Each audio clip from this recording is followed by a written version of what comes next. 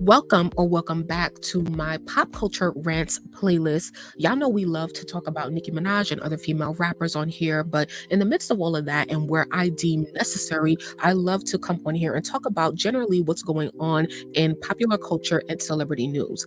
And so today we are going to discuss everything that has transpired over the past couple of days between Tinashe, Chris Brown, and her comments on collabing with him and R. Kelly. So let's just get right into it. I'm so disappointed in all of you online who had something to say about this Tinashe and Chris Brown situation. If you don't know what's happening, Tinashe is now an independent artist and has now released about 3 albums independently and just released her most recent album last week. It's called BB Angel.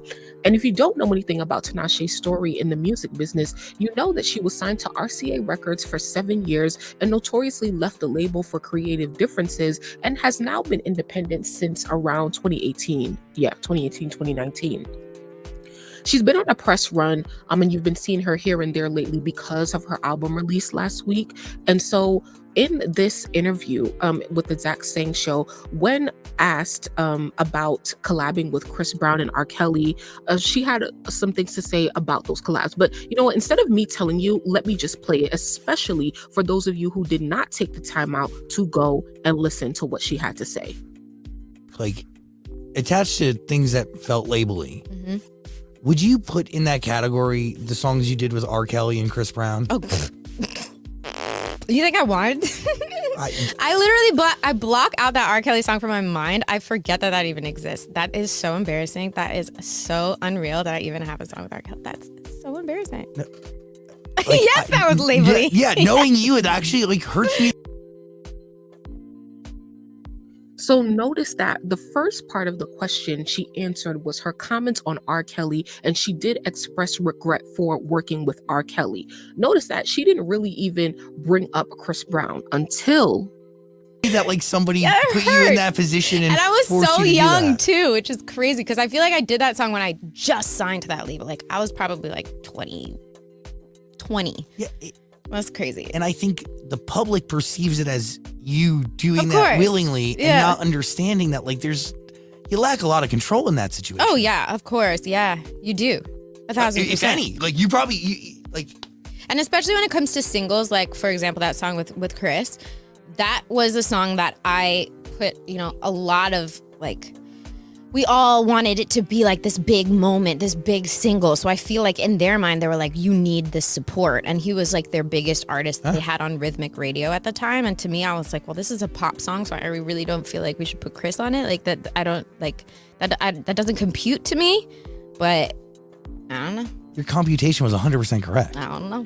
You could also look back and So she says that she had a song called Player. If you don't know what the song is called, that is the song with Tinashe featuring Chris Brown, their one and only collaboration together. And she expressed that her label wanted her to work with Chris Brown on that song because he was the #1 artist on rhythmic radio at the time. And if you don't know, Chris Brown has been signed to RCA for, I think, the entirety of his career, if not for the most part of it. So anyway, they did this song together, even though she did not want to have him on that particular song because she felt it was pop and he was more R&B, okay? And so when the label suggested Chris Brown, Tinashe could have been eagerly excited to do the collab because of his name and success and allegedly maybe getting a free feature since they were on the same label. But she actually had some artistic integrity, meaning the ability to see and communicate your own vision. The celeb tea and gossip be juicy and all, but if you really know me, you know what really turns me on? Behind the scenes tea about the music business. And I wrote all caps because some of you need to be reminded that this is a business and business priorities will not always align with an artist's vision. And that has been the struggle for much of Tinashe's time being signed to RCA. So how about we put some respect on artists who want to exercise their own autonomy? Tinashe is one of not many artists that can speak to the experience of being in the major label system while maintaining some success and relevancy as an independent.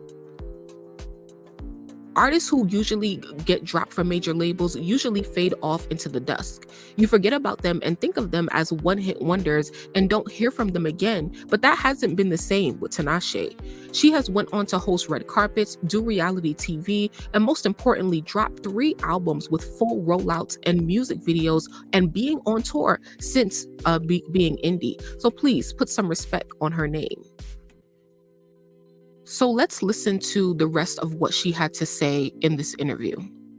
Realize that like you were in a position where there was a bunch of people who position themselves as knowing more than you. Yeah. And being the be all end all and the decision makers and essentially the gatekeepers to a career that you've been working for and dedicated your entire fucking life to. Yeah, so absolutely. The power dynamic is, the pendulum is not swinging in your favor. Not at all. And like you said, there's something to be said for like the fact that there's only so many times you can like push back. There's only so much that you can like be like, no, I'm not going to do this, because you want to be successful as well. Like you want to put your music out.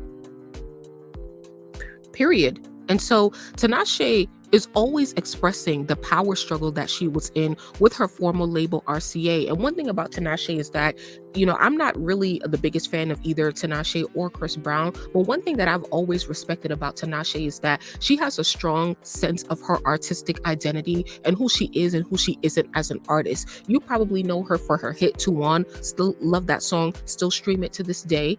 But she is not that, you know, mainstream type of artist. She's very niche and very obscure and very instrumental. However, she expressed in the interview, if you listen to the whole conversation, that you know, the label wanted to get a lot of producers and writers in with her to get her to that mainstream pop sound. And she also said in this clip right here that even if you try to, you know, say to your label, hey, this is really not what I want to do or the direction that I want to go in, you have only but so many times that you can tell them no before they're like, well, we don't want to work with her. We're not going to put your music out if we can't come to an agreement, and therefore you'll end up getting dropped, which is what eventually happened. And so she never said anything negative about Chris Brown. She never said, I didn't like the song, or I didn't like him, or I regretted that experience. She just said, I didn't want to work with him on that specific song. We don't know if she wanted to work with him on another song or whatever. But Tinashe wasn't this thirsty girl who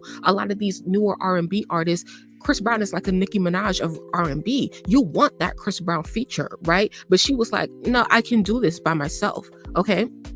And so, you know, I could understand if someone wanted to come at her for her comments on R. Kelly because, you know, she actually expressed regret in working with him. Honestly, I wouldn't be here for that either if people wanted to drag her for R. Kelly. However, it is her right to, you know, like express herself about her career. And the most important thing to remember here is that Tinashe was like trying to get away from her label, RCA, who were exercising their influence and power over her career and artistic discretion, leaving her without a choice. But now, see, for Chris Brown, I feel like some of us, including myself, have to remind ourselves to give Chris Brown grace after everything he's been through in the industry and in his personal life as well. And he's constantly complaining about how people don't let his past go. And once again, Chris Brown is like Nicki Minaj to me. Like, neither of them needs negative press. You know, Chris, if you're not directly involved in a situation where we didn't see you out in an altercation with someone like Usher or Tiana Taylor or Karrueche, why are you addressing it? Even if Tinashe did, in fact, say something negative about the song or your personality, you should have paid it dust. You are the bigger artist. As much as I respect Tinashe's journey and her craft, she will never be as impactful or as relevant as you are to music and to the culture. So why give her or anyone else, you know, that attention? And it's the fact that you couldn't just say one thing about it. You had to keep going. So let me see if I still got my screenshots here. Oh, here they are. So here's what he had to say. He says, name 5 Tinashe songs or die. Everybody dead. Now, I can't deny that was a little bit funny, but still, you know, disrespectful. He says, She's full of that evil. Shorty career is non-existent. What's more embarrassing is that she worked with all these people and not one of us could save her career. Once again, nobody asked you to save her career. Like, all of that is irrelevant, and outside of the scope of what she was actually talking about. And I had to, call out Billboard real quick, because I think this is where the first time I saw it, I'm definitely a fan of Tinashe, so I was going to watch this interview regardless. But I remember seeing Billboard report on this and this headline: Tinashe recalls embarrassing collaborations with R. Kelly and Chris Brown, says she was pushed by label. That is not what she said. They grouped what her comments about R. Kelly and Chris Brown in the same sentence, which made this look so crazy. And it's such a shame on the whole internet and Chris Brown and the blogs, right? And all these news outlets for twisting her words. And it's such a shame with social media. I saw so many people dragging Tinashe for no reason, because it's popular. Sometimes it's popular to hate Chris Brown, and sometimes it's popular to defend him. And so I'm not understanding like why a Black woman can't get the same grace, right? Like, and it's like, when you want to have an opinion about something, right? Go and do your due diligence. If you wanted to have an opinion about what Tinashe said, you should have looked at the clip, because you didn't even have to look at the whole interview to understand what she said. I just played the clip for you, which was less than 2 minutes. And so this was floating around Twitter as well. And it's the fact that everybody bypassed it just to keep dragging her. And so, yeah, and it's the fact, yeah, I said that already. Honestly, Chris Brown looks so terrible for coming at another woman with erratic and unjustified behavior, and it's so sad. So once again, I'm not even saying that like Chris or any ordinary person needed to go listen to the full interview. But what I am saying is that if you feel so strongly about an opinion or a topic, make sure you do your due diligence in researching that topic. Everyone can have an opinion. We say the same thing about people who want to have an opinion about female rap stuff and Nicki Minaj, because if your opinions are not based in fact, then it's just shit. This is the same thing we ask, when it comes to our side of the internet with female rap politics. So yeah, and there's also another level to the situation that we may not be privy to, because after watching Impressive's video on the situation, I learned that Tinashe has liked a tweet about the situation, basically confirming that Chris Brown tried to get at her back in the day and she turned him down. So here's the tweet. It says, "You already know we riding with you. I got a good feeling you rejected Chris and he's still butthurt over it. That would explain his hostility and weird obsession with you. LOL." So as you can see, Tinashe has liked this tweet over the weekend. And so this explains why he must have seen red after he got wind of the reports and why he came at her so hard. This is not the first time that they've had a public disagreement, and that's unrelated to their music, the music business, and their business together. So I'm not going to get into that. So while there's some history here, Tinashe is still not wrong for speaking her truth, and it did not negatively impact anyone. And Chris is still wrong for how he responded. But as always, y'all, thank you guys so much for listening to this pop culture rant.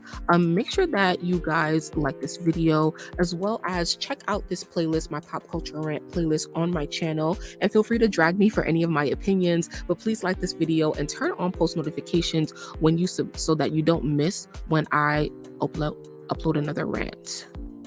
Okay, so here's a playlist for you guys. Later.